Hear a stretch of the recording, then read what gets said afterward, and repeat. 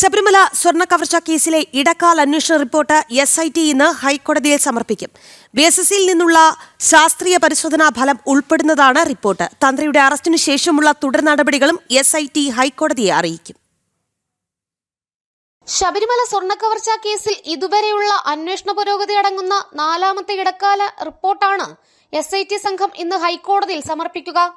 ഉണ്ണികൃഷ്ണൻ പോറ്റി തിരികെ കൊണ്ടുവന്ന ദ്വാരപാലക കട്ടിളപ്പാളികളിൽ സ്വർണത്തിന്റെ അളവ് കുറവാണെന്ന VSS നൽകിയ പരിശോധനാ ഫലം ഉൾപ്പെടെ റിപ്പോർട്ടിലുണ്ടാകും.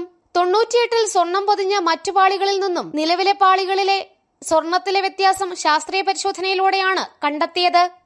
തന്ത്രിയുടെ അറസ്റ്റും തുടർന്ന് നടന്ന നടപടികളും SIT കോടതി അറിയിക്കും. 2017 മുതൽ ഉണ്ണികൃഷ്ണൻ പോറ്റി ശബരിമലയിലെ സ്പോൺസറാണെന്ന തെളിവുകൾ പുറത്തു വന്നിട്ടുണ്ട്.